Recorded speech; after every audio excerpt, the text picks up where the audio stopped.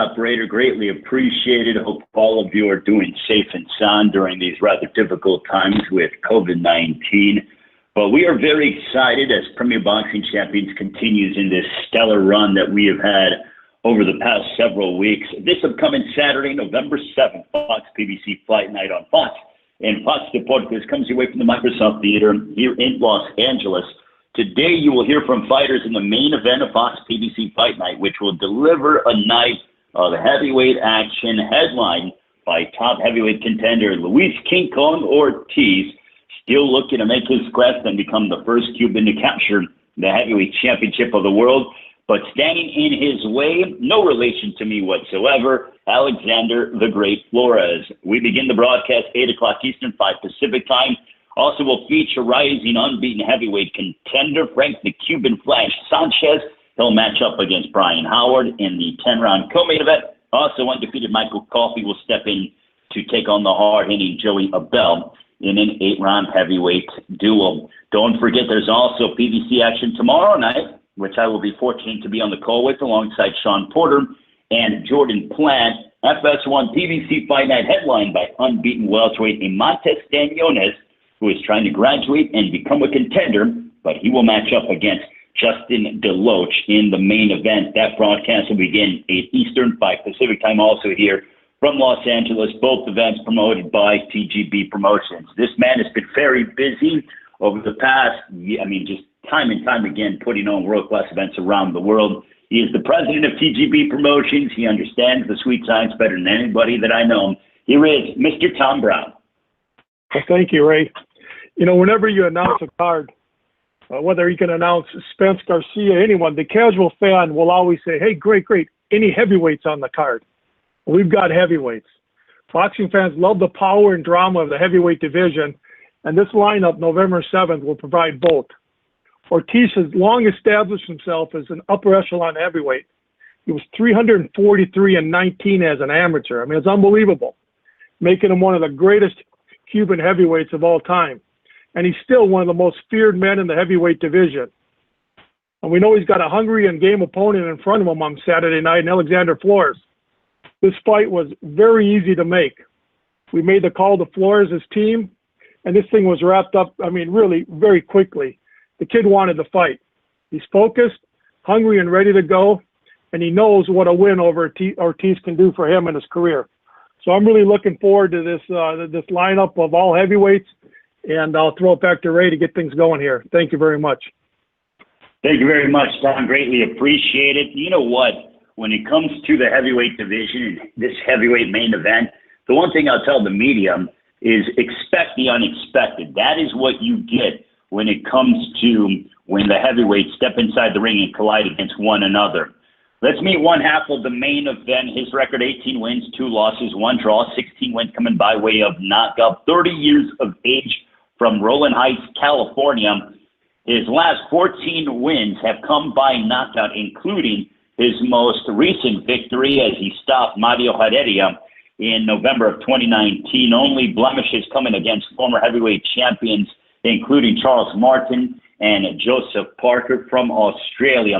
Ladies and gentlemen, please welcome the very hungry, determined, and focused Alexander Flores. Alexander? Hey, Ray, how's it going? Thank you. To give opening thoughts on how training camp has been and your mindset heading into your main event against Luis Ortiz. Training camp has been going well. You know, I usually stay in shape year round. I had a fight in June and it fell out. But we were preparing for November. We had an opponent. I forgot what it was actually. I forgot the guy's name. So then after this opportunity presented itself, and we took advantage of it. Training camp has been going well. You know, sparring was going good, and we're just ready for Saturday night. Now we will turn it over to the operator for any questions for Alexander Flores. Operator? Absolutely. Ladies and gentlemen, at this time, if you have any questions, please press star 1 on your telephone keypad. Again, that's star 1 on your telephone keypad. All right. Looks like our first question will come from Keith Idek of BoxingScene.com. Keith, your line is now open. Hi, my question is for Alexander. Alexander, how much time overall did you have to prepare for the fight? To switch sparring partners, about 6 weeks. 6 weeks. It really okay. was. I wasn't out of shape. I was already in shape. All I had to do was kind of find some southpaw sparring, and that was it.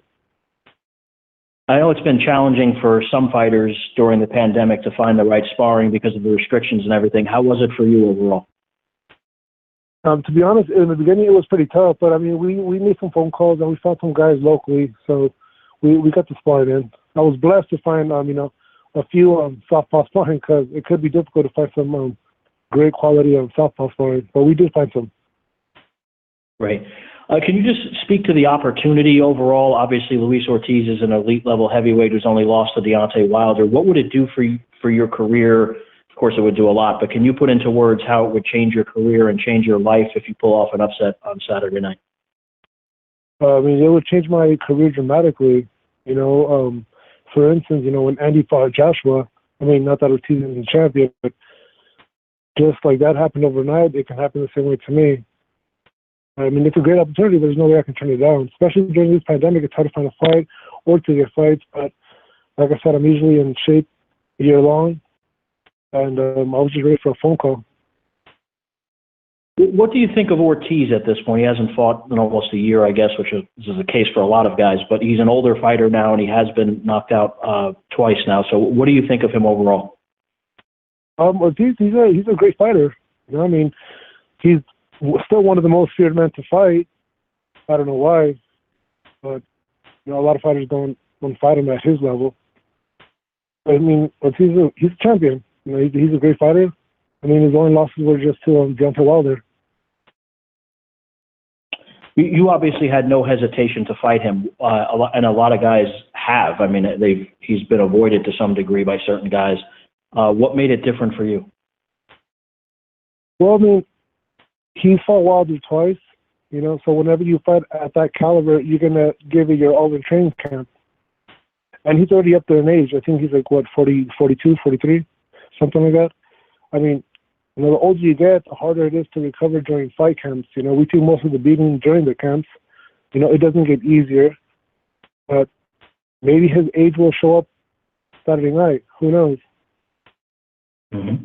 What did you think when he fought Wilder? That, of course, was his last fight. What did you think of his? He was clearly winning the fight before he got knocked out. What did you think of his performance in that fight? Oh, he was doing great. I thought he was, like you said, I thought he was winning. I think most people who were seeing the fight thought he was winning, and I think he probably got careless when he heard the 10-second mark, and he got caught a straight right. Do you think, I believe he's about a 20-1 favorite or so going into the fight. Do you feel that he might be underestimating you to some degree based on your resumes? He could. I really don't know that. You would have to ask him that. But, if he does, then he does. I really don't know if he's underestimating me. But, if he does, that's good. Then maybe he wasn't training hard for the fight. Great. Alexander, thank you for your time. I appreciate it. No problem. Thank you. All right. Our next question will come from Carlos Toro of Fight Game Media. Carlos, your line is now open. Hi, Alexander. Thanks so much for taking time to talk to us. Obviously we have this very loaded heavyweight division, especially at the top. And with you've already faced a couple of guys who have held world titles in the past, but do you still believe that you're maybe being overlooked in this division, considering the odds and who the opponent is for this Saturday? Am I being overlooked? Is that what you're asking? Yeah. Yeah, I think so. But like I said, it was an opportunity, and I'm not going to turn opportunities down like this because one day we're not going to get these phone calls anymore. So I think I am being overlooked, but it's okay. Well, do you believe that, you could be within within reach of a world title shot with just a win, or do you think that you need to make an emphatic statement and knocking out Luis Ortiz, or do you still just believe a win is enough to get you into that position of potentially challenging for a world title? Beating Ortiz would absolutely give me I'm sure I'd be in the top 5 or whatever top he's in, and I'm sure I would get a world title fight after beating him. what version of Ortiz are you expecting? Do you still believe that Ortiz is still the same heavyweight who is, who says he's one of the most avoided in the sport? And do you believe that, you could be facing maybe a guy with a chip on his shoulder coming off the loss to Deontay Wilder? It could be, but I mean, we wouldn't know that until Saturday night. But I'm good. I prepared for the best Ortiz. I'm expecting the best Ortiz. The same Ortiz I fought Wilder once and twice. That's the same Ortiz I'm going to expect coming Saturday night. Thanks, Alexander. Best of luck this weekend. Thank you. All right, ladies and gentlemen, our next question will come from Jeremy Harrages. However, before I open up Jeremy's line, I just want to remind everybody on the line, you can press *1 on your telephone keypad for questions. Again, that's *1 on your telephone keypad for questions. All right, Jeremy, your line is now open. Hi, Alexander. I'm curious, how surprised were you to get this phone call, and maybe describe how it all went down? To be honest, at first when I seen him, I actually know the guy. He was supposed to fight Saul Alvarez, and that was a great opportunity for Saul Alvarez, but unfortunately he had tested positive for COVID, I believe. And then they gave me the call, so I said yes. I was training for a fight, and like I said, man, it was a blessing. It's awesome, They're like, one day we're not going to get these opportunities anymore, so I don't take advantage of them now. Looking at your last loss against Joseph Parker, what did you change from that performance? What did you learn from that performance? What have you done to improve since that defeat? To stay off the ropes. I mean, he did catch me a couple times on the ropes. That's actually not the best place to be, in a fight. My fitness, my eating habits, and all that. I'm not the most chiseled guy, but I've, kind of changed my nutrition and all that, learning more about that stuff. But other than that, I actually picked up another trainer, too, David Martinez from La Habra. So I have two trainers, my coach Michael Love and David Martinez. So, they've both been great with my last two fights and this fight. So things are going good. There's going to be some adjustments. Every boxer has a strength or strengths. What would you say are the one or two attributes that give you the best chance of defeating Luis Ortiz? Well, I'm the youngest fighter, I feel like I'm a little more hungry. He's been at the top level for quite some years now. He fought the best of the best. I haven't been at that pinnacle yet where he has been. So I mean, maybe who knows? Maybe he's not as driven as he was before. I feel like I have more drive right now than maybe he has. Like I said, we'll see on Saturday night. Thank you, Alexander, and best of luck. Thank you. Alexander, I have a question for you when it comes to, fighting at this level. What's your mindset like? And also, fighting within the confines of the bubble, which, this is a brand new world we're living in. But have you kind of thought about that in regards to what you have to do? As in, like, fighting in a different atmosphere with, like, no audience? Yeah, I'm saying, like, fighting with no fans and being within the confines of the bubble. I mean, you haven't fought in a year, so this is your first fight back since dealing with COVID-19 in this world that we're living in. Yeah. To be honest, it might be a little different, because you won't probably have that same energy coming in, so we have to kind of not focus about that and focus about a fight. But yeah, hearing the people cheer on, everybody yelling, it might be a little different, but it's still a fight.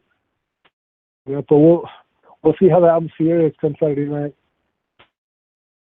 And also for you, do you I know the guys kind of mentioned this a little bit, but do you pay attention at all to the odds or anything like that, or is it kind of like what kind of territory you're endeavoring into?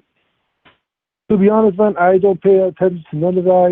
The people who, say like, oh, Alex is just a stepping stone, blah, blah, blah. Most people who have something to say, to me, I consider them as couch critics. They never probably step in the ring, train the fighter, put on a pair of gloves, hit a bag, whatever the case is. I mean, they're just people who just criticize. You know, they really don't know. They're the last people who will step in the ring to fight Luis Ortiz. So, no, I don't pay attention to that. People will always have something to say regardless. Then also, fighting on national TV, you know, this kind of stage, network television, big on Fox, has it, you know, doing more interviews? I'm sure you're doing that, but how has that been like to be able to handle, you know, more media obligations and things along those lines that you have to, you know, pay attention to, along with just being a fighter? I don't know. It seems pretty normal to me for some reason. It doesn't seem like anything new. There's no pressure or anything. It's just things I have to do, you know, as a fighter, especially for a fight at this caliber. So the experiences going against the likes of the Joseph Parkers and the Charles Martins of the world benefited you to get ready for this test on Saturday night against Luis Ortiz? Yes, absolutely.